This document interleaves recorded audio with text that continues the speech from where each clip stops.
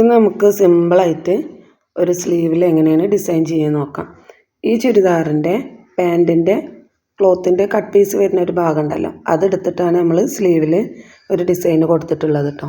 അപ്പോൾ സാധാരണ പോലെ നമ്മൾ സ്ലീവ് എങ്ങനെയാണോ കട്ട് ചെയ്യണേ ആ രീതിയിൽ തന്നെ നമ്മൾ കട്ട് ചെയ്യുക. നമുക്ക് എത്രയാണോ ലെങ്ത്ത് വേണ്ടേ ആ ലെങ്ത്തിൻ്റെ കൂടെ 1 ഇഞ്ച് അധികമായിട്ട് എടുക്കുക. സാധാരണ എടുക്കുമ്പോൾ 1.5 വേണം. അതായത് അടിഭാഗത്ത് മടക്കി അടിക്കാൻ 1 ഇഞ്ചും ഷോൾഡർ ജോയിൻറ്റ് ചെയ്യാൻ 1/2 ഇഞ്ചും. അപ്പോൾ ഇതുപോലെ നമ്മൾ ഈ ഡിസൈനാണ് ചെയ്തെടുക്കണമെന്നുണ്ടെങ്കിൽ 1 ഇഞ്ച് ആയാലും കുഴപ്പമില്ല.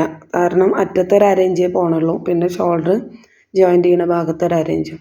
അപ്പോൾ നമ്മൾ ഒരു 2 ഇഞ്ച്, ഒരു 2.5 ഇഞ്ചിൽ നമ്മൾ സ്ലീവിൻ്റെ ഓപ്പണിംഗ് ഭാഗത്തെ വീതി എത്രയാണോ ആ വീതിയിൽ നമ്മളൊരു 2 ക്ലോത്ത് കട്ട് ചെയ്തെടുക്കുക.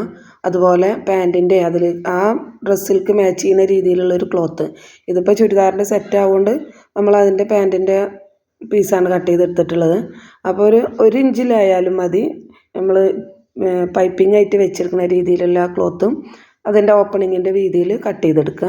മറ്റേ സെയിം ക്ലോത്ത് ഒരു 2.5 ഇഞ്ച് വീതിയിൽ കട്ട് ചെയ്തെടുക്കുക. 1/2 ഇഞ്ച് നമ്മൾ ജോയിൻറ്റ് ചെയ്യുമ്പോൾ പോകും, പിന്നെ 1/2 ഇഞ്ച് നമ്മൾ ആ പൈപ്പിംഗ് വെക്കണ ഭാഗത്ത് മടക്കി അടിക്കുമ്പോൾ 1/2 ഇഞ്ചും പോകും. അപ്പോൾ നമുക്കൊരു 1.5 ഇഞ്ച് വീതി കിട്ടും. പിന്നെ വീതി ഓരോരുത്തരുടെ ഇഷ്ടത്തിനനുസരിച്ചിട്ട് സ്ലീവിൻ്റെ അറ്റത്ത് കൊടുക്കുന്നത് നമുക്ക് മാറ്റിയെടുക്കാം. 2.5 ഇഞ്ചൊക്കെ വേണമെന്നുണ്ടെങ്കിൽ അതിനേക്കാൾ കൂടുതൽ 3.5 ഇഞ്ച് എടുക്കുക. 1 ഇഞ്ച് എന്താണെങ്കിലും നമ്മൾ 2 ഭാഗത്ത് സ്റ്റിച്ച് ചെയ്തെടുക്കുമ്പോൾ പോകും.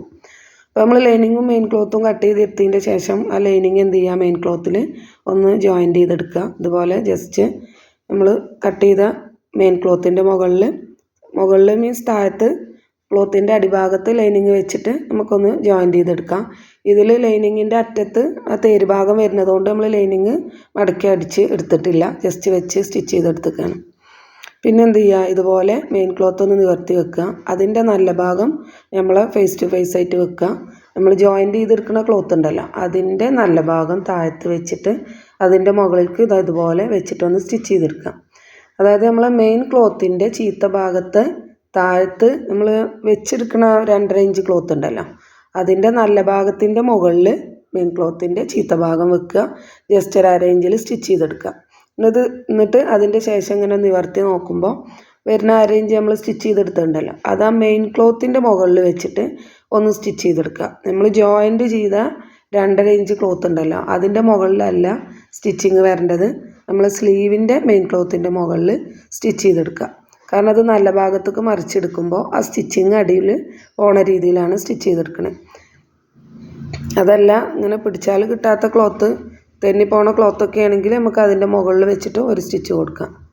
അതിൻ്റെ ശേഷം നമ്മൾ എന്ത് ചെയ്യുക, ഇതുപോലെ 1 ഇഞ്ചോ 1.5 ഇഞ്ചോ നമുക്ക് എത്രയാണോ ക്ലോത്ത് കട്ട് ചെയ്തെടുത്തിട്ടുള്ളത് അതിൻ്റെ മുകളിൽ മാർക്ക് ചെയ്യാം. അതിൻ്റെ ശേഷം ആ മാർക്ക് ചെയ്തതിൻ്റെ ശേഷം വേണമെങ്കിൽ ഇങ്ങനെ ഒരു മടക്ക് വെച്ചിട്ട് ഒരു ലോങ് സ്റ്റിച്ച് ചെയ്തെടുക്കാം. സ്റ്റിച്ച് ചെയ്യാൻ കഴിയാത്തവരാണെങ്കിൽ ഇതുപോലെ നമുക്ക് ഇങ്ങനെ സ്റ്റിച്ച് ചെയ്യുന്നതിൻ്റെ മുന്നേ വെറുതെ ഒരു ലോങ് സ്റ്റിച്ച് 1/2 ഇഞ്ചിൽ കൊടുത്ത് എടുക്കാം. അപ്പോൾ അല്ലാതെ ആണെന്നുണ്ടെങ്കിൽ നമുക്ക് ഇതുപോലെ തന്നെ സ്റ്റിച്ച് ചെയ്തെടുക്കാം. ലാസ്റ്റ് ആ ലോങ് സ്റ്റിച്ച് അയച്ചെടുത്താൽ മതി. ഇങ്ങനെ 1/2 ഇഞ്ച് മടക്കിയിട്ട് പിന്ന് കുത്തി വെക്കുക. അതിൻ്റെ ശേഷം നമ്മൾ എടുത്തിട്ടുള്ള ഈ പൈപ്പിംഗ് ആയിട്ട് വെക്കാനുള്ള ഈ ക്ലോത്ത് ഉണ്ടല്ലോ ഈ ക്ലോത്ത് ജസ്റ്റ് ഒന്നൊന്ന് മടക്കി സ്റ്റിച്ച് ചെയ്തെടുക്കാം. അത് നമുക്ക് സ്റ്റിച്ച് ചെയ്തെടുക്കുമ്പോൾ അങ്ങോട്ടും ഇങ്ങോട്ടും തെന്നിപ്പോകാതിരിക്കാൻ ഇങ്ങനെ ജസ്റ്റ് ഒന്നിട്ട് സ്റ്റിച്ച് ചെയ്തെടുക്കാം. ക്രോസ് പീസ് ഒന്നുമല്ല, കറക്റ്റ് സ്ട്രൈറ്റ് ആയിട്ടുള്ള ക്ലോത്ത്. അതിൻ്റെ ശേഷം നമ്മൾ ഇവിടെ ഒരു 1/2 ഇഞ്ച് മടക്കിയിട്ട് പിന്ന് കുത്തി വെച്ചിട്ടുണ്ടല്ലോ അതിൻ്റെ ഉള്ളിലേക്ക് വെച്ചിട്ട് എത്രത്തോളമാണോ നമുക്ക് ആ പൈപ്പിങ് പുറത്തേക്ക് കാണേണ്ടത് ആ രീതിയിൽ നമ്മൾ ആദ്യം ഒന്ന് വെച്ചിട്ട് പിൻ ചെയ്തെടുക്കുക. ഈ പിൻ ചെയ്ത് വെക്കണത് നമുക്ക് ഈ അറ്റം മുതൽ മറ്റേ അറ്റം വരെ ഒരേ ലെവലിൽ തന്നെ കിട്ടാൻ വേണ്ടിയിട്ടാണ്. എന്നിട്ട് അതുപോലെ നമ്മൾ ക്ലോത്തിൽ വെച്ചിട്ട് ആണ് സ്റ്റിച്ച് ചെയ്തെടുക്കുക. ഒരറ്റം മുതൽ മറ്റേ അറ്റം വരെ സിമ്പിളായിട്ട് ഒന്നൊന്ന് സ്റ്റിച്ച് ചെയ്തെടുക്കുക.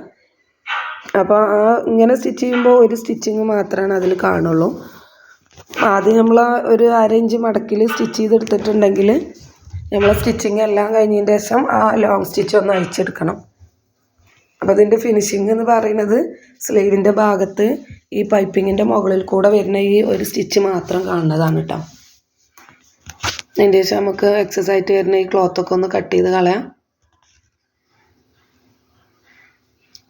ഇത്രയാണ് ഈ സ്ലീവിൻ്റെ സ്റ്റിച്ചിങ് വരുന്നത് കേട്ടോ. അപ്പോൾ നമുക്ക് ചെറുതായിട്ട് ഒരു ഡിസൈൻ കൊടുക്കേണ്ട ചുരിദാറൊക്കെ ഉണ്ടെങ്കിൽ പാൻറ്റ് പീസൊക്കെ ഉണ്ടെങ്കിൽ നമുക്ക് സിമ്പിളായിട്ട് ചെയ്തെടുക്കാൻ പറ്റുന്നൊരു മോഡലാണിത്.